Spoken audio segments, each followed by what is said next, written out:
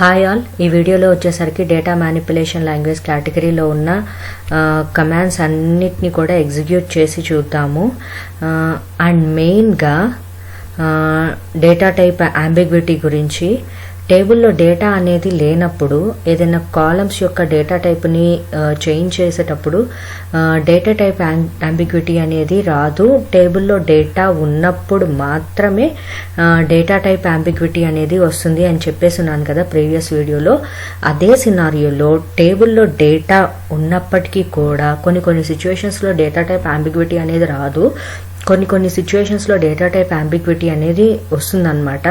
అది ఏ సిచ్యువేషన్స్లో రాదో ఏ సిచ్యువేషన్స్లో వస్తుందో నేను ఈ వీడియో చివరిలో క్లియర్గా మీకు నేను ఎక్స్ప్లెయిన్ చేసి ఉన్నాను. అలాగే అంబిగ్విటీని కూడా వచ్చే సిచ్యువేషన్స్ రాని సిచ్యువేషన్స్ చూపించున్నాను. కాబట్టి ఈ వీడియో చివరిదాకా చూడటానికి ట్రై చేయండి. ఈ వీడియోలోను అండ్ ప్రీవియస్ వీడియోలోను మీరు చూస్తే కనుక డేటా టైప్ అంబిగ్విటీ గురించి ఫుల్ క్లారిటీ వస్తుంది. కాబట్టి ఈ వీడియోని కూడా చివరి వరకు చూడటం మిస్ చేయకండి. Okay, thank you. ఇంకా మనం వీడియోని కంటిన్యూ చేద్దాము. కమాండ్ని యూజ్ చేద్దాము.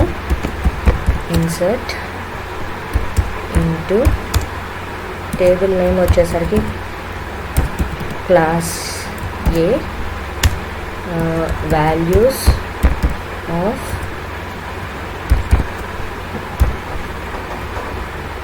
ఫస్ట్ వచ్చేసరికి ఐడి కాబట్టి నేను ఆల్రెడీ ఇంటీజర్లో చేంజ్ చేస్తున్నాను. ఐడి అండ్ దెన్ నేమ్ సారిగా.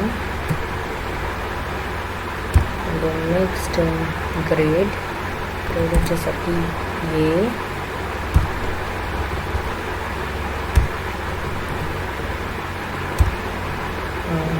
తర్వాత టోటల్ 953 పర్సంటేజ్ వచ్చేసరికి 95.3 అండ్ దెన్ నెక్స్ట్ డిపార్ట్మెంట్ వచ్చేసరికి ఈసీ అని ఇస్తున్నాను. ఓకే, ఇన్సర్ట్ చేసేద్దాం. ఓకే, ఇన్సర్ట్ అయిపోయింది. ఇలాగే మనం కొన్ని రోస్ అనేది ఇన్సర్ట్ చేద్దాము. అంటే ఈ డేటా మొత్తం ఇన్సర్ట్ చేద్దాము.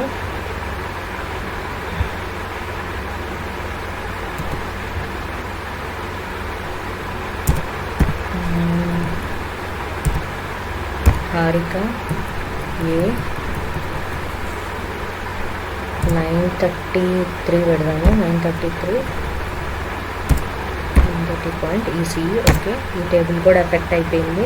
And then next Satish null 00 ECE. Okay, Satish అని ఇద్దాము.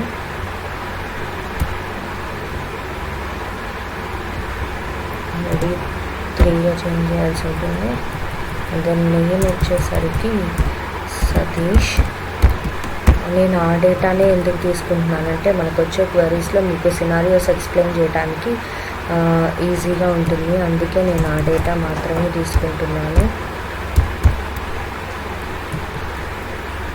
ఓకే, ఇది వచ్చేసరికి 0 కదా.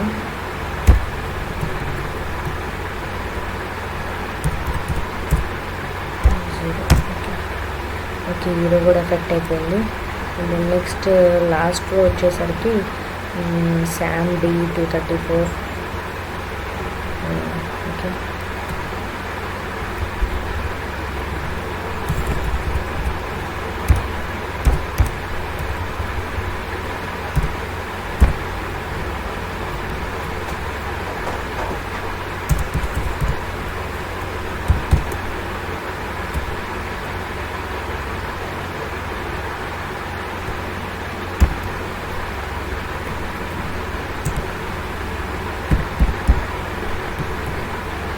$23.4.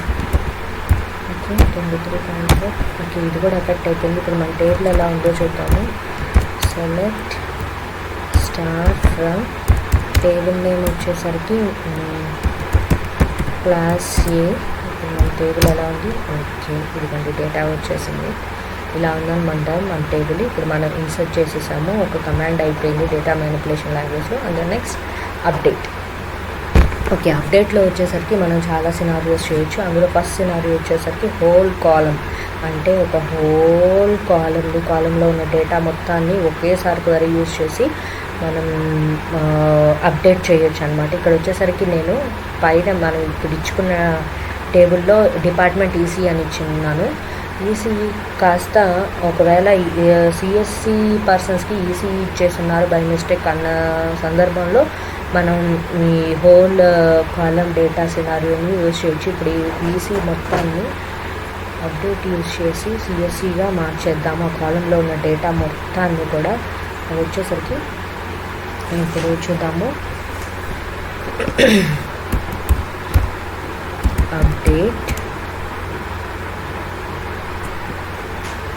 టేబుల్ నేమ్ వచ్చేసరికి మనకి క్లాస్ ఏ కదా, class A set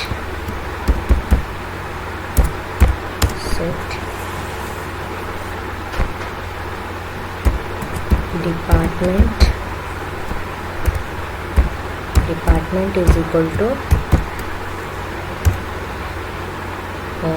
CSC. Department is equal to CSC. Okay,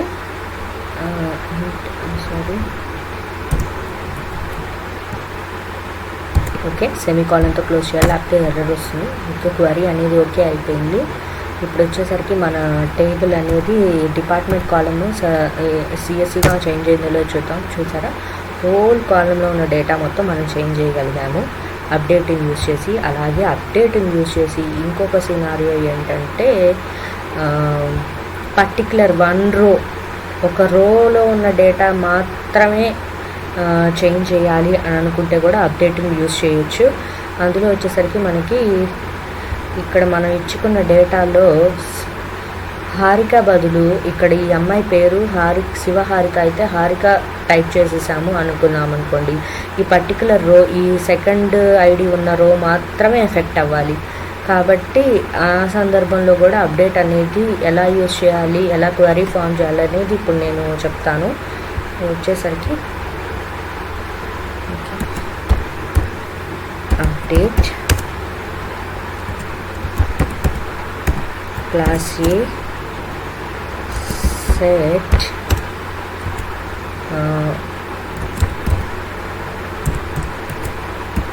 name is equal to Shivaharika కదా, Shivaharika wear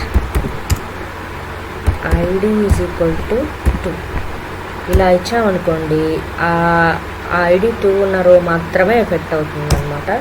okay, query okay అయిపోయింది. ఇప్పుడు ఒకసారి మనం టేబుల్ చూద్దాము చేంజ్ అయిందో లేదో. చూసారా, హారిక కాస్త శివహారికగా చేంజ్ అయిపోయింది అప్డేట్ యూజ్ చేయడం వల్ల. ఆ ఒక్క రో మాత్రమే ఎఫెక్ట్ అయింది. And then next updating use చేసి మనం ఒక్క రోనే కాదు కొన్ని పర్టికులర్ రోస్ని, అంటే ఈ 2 రోస్ని చేంజ్ చేయాలి అన్నప్పుడు కూడా మనం అప్డేటింగ్ యూజ్ చేయొచ్చు. అది ఎలా యూజ్ చేయొచ్చు అంటే ఇక్కడ ఒక సినారియో తీసుకున్నాము. ఇక్కడ వచ్చేసరికి ఏ అని ఇచ్చాను, వాళ్ళని A++ చేద్దాము. అంటే 900 కంటే అబోవ్ వచ్చిన వాళ్ళందరినీ ఏ గ్రేడ్ కాకుండా A++ గ్రేడ్ ఇవ్వాల్సి ఉంటుంది అని చెప్పారనుకోండి. అది ఎలా చేంజ్ చేయాలి అంటే update class A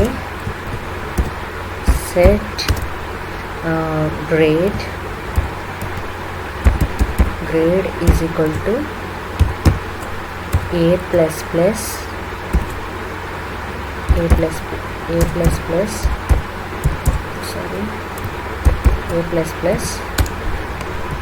where total greater than or equal to 900 కంటే greater than or equal to ఉంటే కనుక వాళ్ళ గ్రేడ్ని A++ చేంజ్ చేస్తున్నాము. ఓకే, క్వరీ ఓకే అయింది. ఇప్పుడు మారిందో లేదో ఒకసారి చూద్దాము. ఓకే, చూసారా, ఏ కాస్త A++గా మారిపోయింది. 900 కంటే అబోవ్ ఉన్న వాళ్ళవన్నీ కూడా A++గా మారిపోయింది. అండ్ నెక్స్ట్ మనం అప్డేట్లో మల్టిపుల్ రోస్ని ఎఫెక్ట్ చేయడం కూడా చూసాము. అలాగే అప్డేట్లో ఇంకొక సినారియో ఉంది. ఏంటంటే మనం ఇప్పుడు దాకా ఒక కాలమ్ని అప్డేట్ చేయాలి ఆర్ సెట్ ఆఫ్ కాలమ్స్ని అప్డేట్ చేయాలంటే ఆ కాలమ్ని కాకుండా వేరే కాలమ్ని డిపెండెన్సీగా తీసుకున్నాం. వేరే కాలం మీద డిపెండ్ అయ్యాం కదా, చూసారా? వేఆర్ టోటల్ గ్రేడ్ని మార్చాలంటే టోటల్ మీద డిపెండ్ అయ్యాను నేను.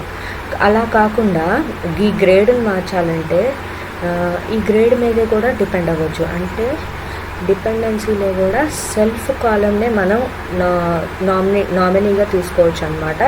అది వచ్చేసరికి ఒకసారి చూద్దాము. అది ఏం చేద్దామంటే సెల్ఫ్ కాలం. ఓకే, ఇక్కడ సతీష్ అని ఉంది కదా, సతీష్లో మనం నల్లని ఇచ్చాం. గ్రేడ్ నల్ అనేది ఉండదు కదా. ఒకవేళ ఆ నల్ అనేవాళ్ళు నల్లని ఎందుకు ఇచ్చామంటే ఆబ్సెంట్ అవ్వడం వల్ల నల్ ఇచ్చాము, దాన్ని చేంజ్ చేయండి అన్నారనుకోండి. అలాంటి సందర్భంలో మనం గ్రేడ్నే సెల్ఫ్ నామినీగా తీసుకొని వేర్ కండిషన్లో తీసుకొని ఎలా రాయొచ్చో చూద్దాము.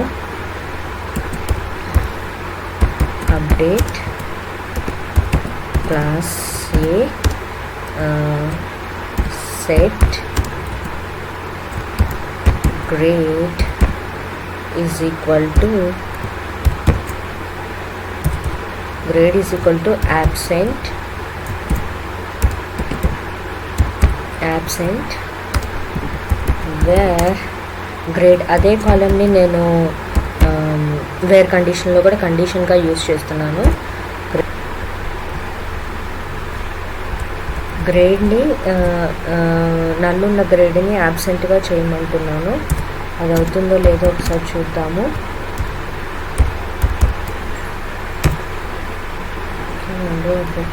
చేంజ్, చూసారా? నల్లున్న గ్రేడ్ కాస్త యాబ్సెంట్గా మారిపోయిందన్నమాట. ఓకే, ఇది మనం కండిషన్లో కూడా మనం సెల్ఫ్ కాలమ్ని యూజ్ చేయొచ్చు అనమాట. దీన్ని యూజ్ చేసి అప్డేట్ సెల్ఫ్ సినారియో యూజ్ చేసి అండ్ దెన్ నెక్స్ట్ అప్డేట్ అనే కమాండ్ అయిపోయింది. ఆ తర్వాత వచ్చేసరికి డిలీట్ యూజ్ చేసి ఇప్పుడు మనం వచ్చేసరికి ఇంకా డిలీట్ కమాండ్ని చూద్దాము.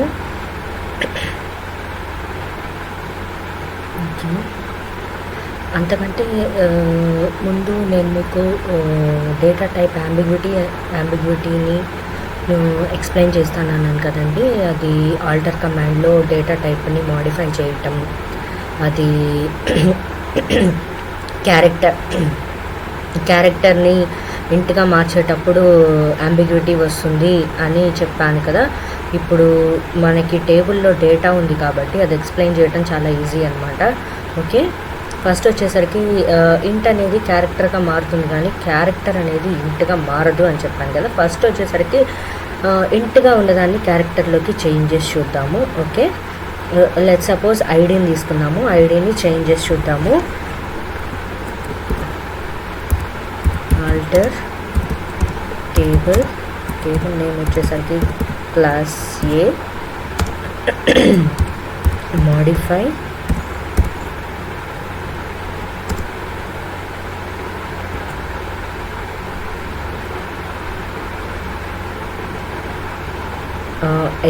ఐడి కదా, ఐడిని వచ్చి ఇంటీజర్ కాస్త మనం varchar-గా చేంజ్ చేద్దాము. ఓకే, 5.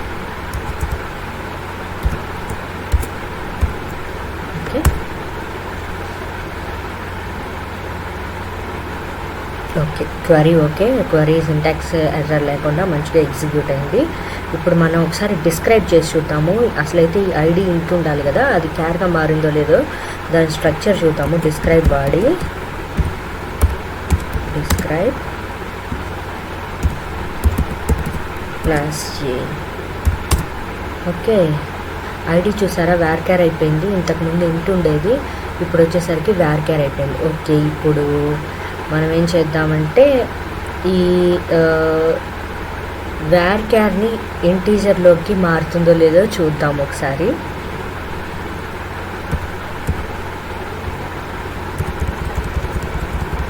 ఐ థింక్ మారుతుంది అనుకుంటున్నాను.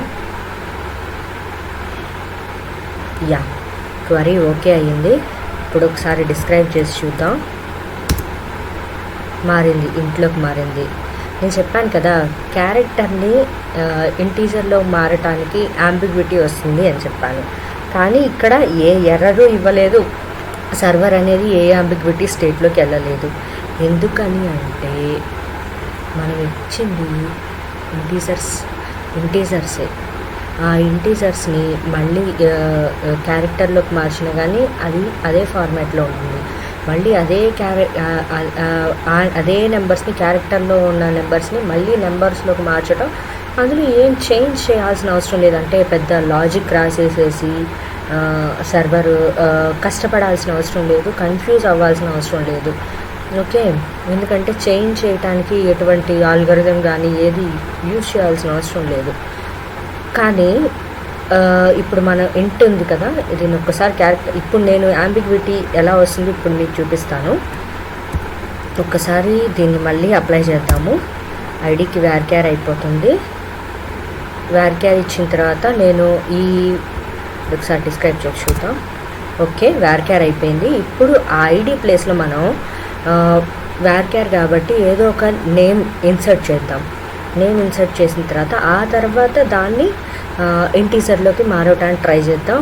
అప్పుడు యాంబిగ్విటీ వస్తుంది ఖచ్చితంగా. అది మీకు చూపిస్తాను.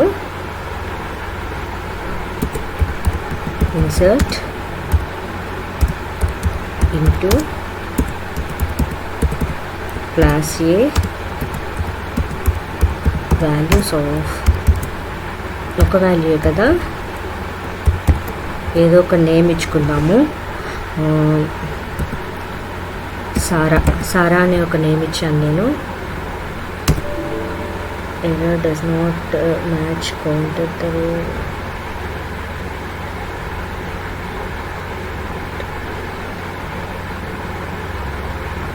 సారీ, కాలమ్ చాలా కాలమ్స్ ఇవ్వాలి కదా, నేను మర్చిపోయాను.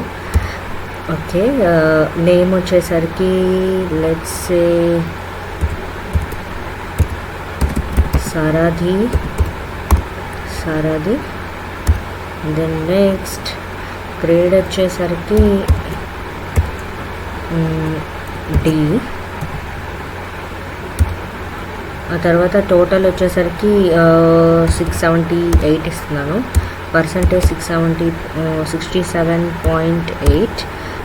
అండ్ దెన్ నెక్స్ట్ డిపార్ట్మెంట్ వచ్చేసరికి సిఎస్సి ఇచ్చేస్తున్నాను.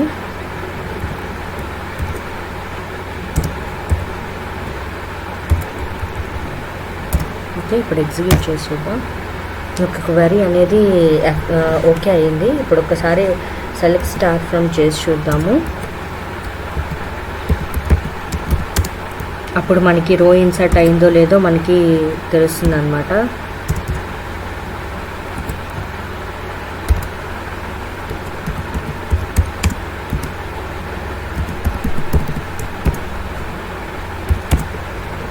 ఓకే, సారాధి వచ్చేసింది. ఇప్పుడు ఐడి అనేది వ్యార్క్యార్లో ఉంది కదా, ఇప్పుడు మనం ఆ వ్యార్క్యార్ని ఇంటీజర్గా చేంజ్ చేద్దాం. ఇప్పుడు ఏం జరుగుతుందో చూడండి.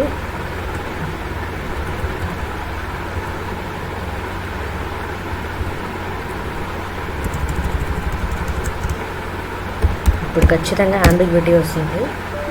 చూసారా, ఎర్రర్ ఇన్కరెక్ట్ ఇంటీజర్ వాల్యూ సారా అనే దాని దగ్గరే వచ్చింది. చూసారా, ఫర్ కాలమ్ ఐడి ఎట్ రో 5 సారా అనే దాని దగ్గరే క్యారెక్టర్ని నేను ఇంటీజర్లోకి చేంజ్ చేయలేకపోతున్నాను అని సర్వర్ చెప్తుంది అనమాట. ఇది ఇన్కరెక్ట్ ఇంటీజర్. అంటే నేను ఇంటీజర్లోకి చేంజ్ చేయాలి అంటే ఇది ఇంటీజర్ రూపంలో లేదు అని మనకు చెప్తుంది అనమాట. అక్కడ మోడిఫికేషన్ అనేది ఇన్కంపాటబుల్ అవుతుంది అనమాట. ఓకే, మనం ఇంటీజర్ని ఓకే మీకు అర్థమవుతుందా, ఇంటీజర్ని వ్యార్క్యార్లోకి మార్చొచ్చు, మళ్ళీ వ్యార్క్యార్ని ఇంటీజర్లోకి కూడా మార్చొచ్చు ఒకే వాల్యూ ఉంటే కనుక, అది పాసిబుల్ అయితే.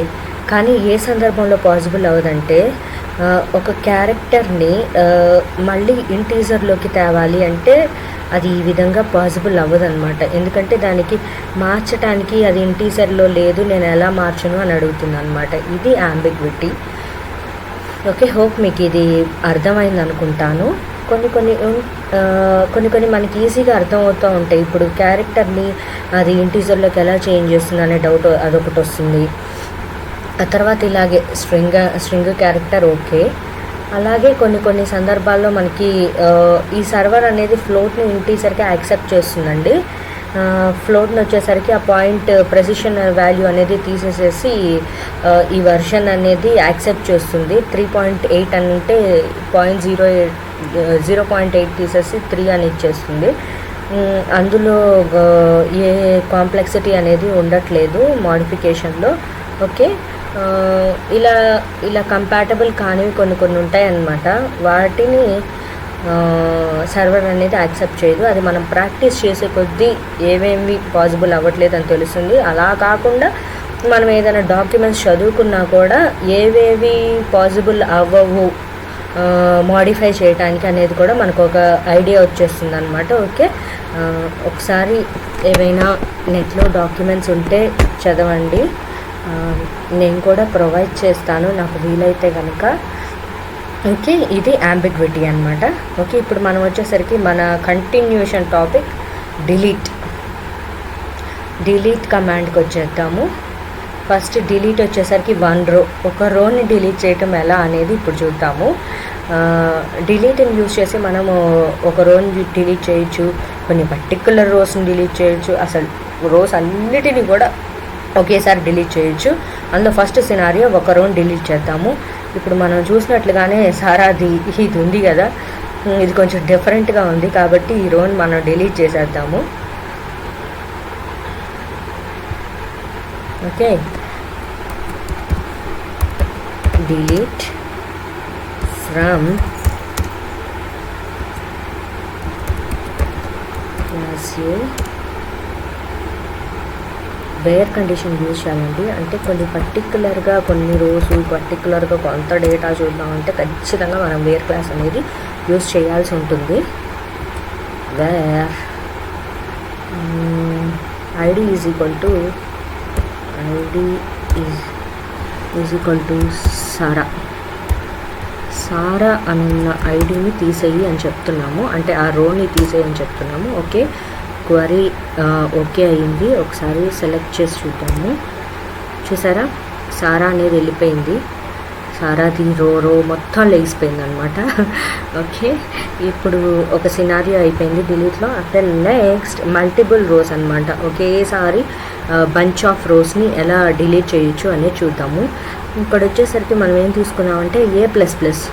ఇప్పుడు సారికాది శివహారికాది A++ అని ఉంది కదా, వీళ్ళని వచ్చేసరికి ఈ సెక్షన్లో కాదు, క్లాస్ ఏ సెక్షన్లో కాదు, ఐసీ సెక్షన్ అంతకంటే ప్రియర్ సెక్షన్లో వేయాలి వీళ్ళని, కాబట్టి వీళ్ళ డేటా ఇందులో ఉండవసరం లేదని చెప్పారనుకోండి.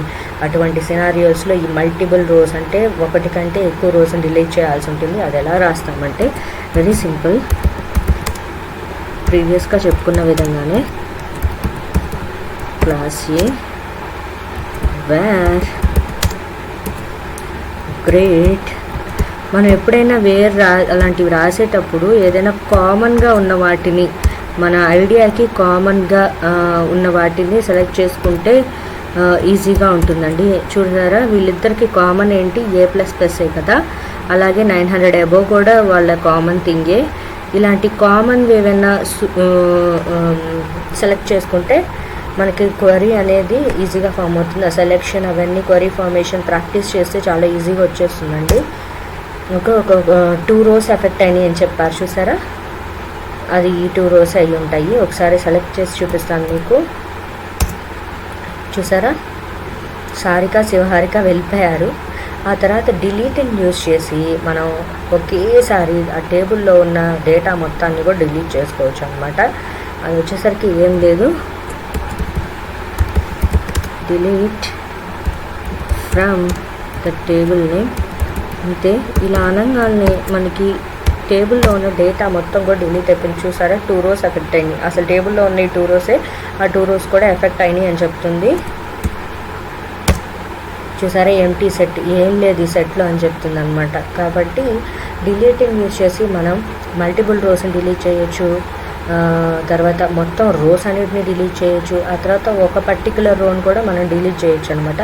ఈ డిలీట్కి సిమిలర్గానే మీరు గమనిస్తే కనుక ట్రంకేట్ అనేది ఉందన్నమాట. మన డేటా డెఫినేషన్ లాంగ్వేజ్లో ట్రంకేట్ అని ఉంది. ఈ ట్రంకేట్కి డిలీట్కి, ట్రంకేట్ కూడా టేబుల్లో ఉన్న అన్ని రోస్ని డిలీట్ చేసుకోవడానికి యూజ్ అవుతుంది. కానీ ఈ ట్రంకేట్కి డిలీట్కి డిఫరెన్స్ ఏంటంటే, ట్రంకేట్లో మనం వేర్ కండిషన్ యూజ్ చేయలేం. ట్రంకేట్ని యూజ్ చేసి ఒక రో, కొన్ని బంచ్ ఆఫ్ రోస్ ఇలా మనం డిలీట్ చేయలేం. అసలు ట్రంకేట్కి వేర్ కండిషన్ అనేది సెట్ అవ్వదు. కాబట్టి డిలీట్ని యూజ్ చేసుకోవాలి. అలాంటి సినారియోలో ఒకటి కానీ బంచ్ ఆఫ్ రోస్ని కానీ డిలీట్ చేసుకోవాలంటే డిలీట్ అనే కమాండ్కి వెళ్ళాల్సి ఉంటుంది. ఒకేసారి డిలీట్ చేయాలంటే ట్రంకేట్కి వెళ్ళొచ్చు మీరు. ఓకే, ఇదే ట్రంకేట్కి డిలీట్కి ఉన్న డిఫరెన్స్. ఆ తర్వాత డ్రాప్తో వీటన్నిటిని కంపేర్ చేస్తే డ్రాప్ అయితే అసలు వీటన్నిటికీ చాలా డిఫరెంట్గా ఉంటుందండి. డ్రాప్ వచ్చేసరికి అసలు మొత్తం టేబుల్ని అసలు మన డేటాబేస్లో లేకుండా చేసేస్తుంది. దాని స్ట్రక్చర్ కూడా ఉండదు. ట్రంకేట్ డిలీట్ యూజ్ చేస్తే వాటి స్ట్రక్చర్ అలాగే ఉంటుంది, వాటి రోస్ అనేవి వెళ్ళిపోతాయి అన్నమాట. ఓకే, ఇదే ట్రంకేట్కి డ్రాప్కి డిలీట్కి ఉన్న మెయిన్ డిఫరెన్స్. అండ్ ఇంకా కొన్ని డిఫరెన్సెస్ నేను ప్రీవియస్ వీడియోస్లో చాలా డీటెయిల్గా చెప్పుకున్నాను. అదొకసారి మీరు విజిట్ చేయండి మీకు అవసరం అనుకుంటే. ఓకే, ఇవి ఇంతవరకు DDL అండ్ DML కేటగిరీస్ అయిపోయినాయి. మనము నెక్స్ట్ వీడియోస్లో డేటా కంట్రోల్ లాంగ్వేజ్ చూద్దాము. And then next data query language కూడా ఒకసారి చూద్దాం అన్నమాట. ఓకే ఫ్రెండ్స్, ఈ వీడియో కనుక మీకు హెల్ప్ఫుల్ అనిపిస్తే లైక్ చేయండి, షేర్ చేయండి అండ్ ప్లీజ్ సబ్స్క్రైబ్ చేయండి. Thank you all.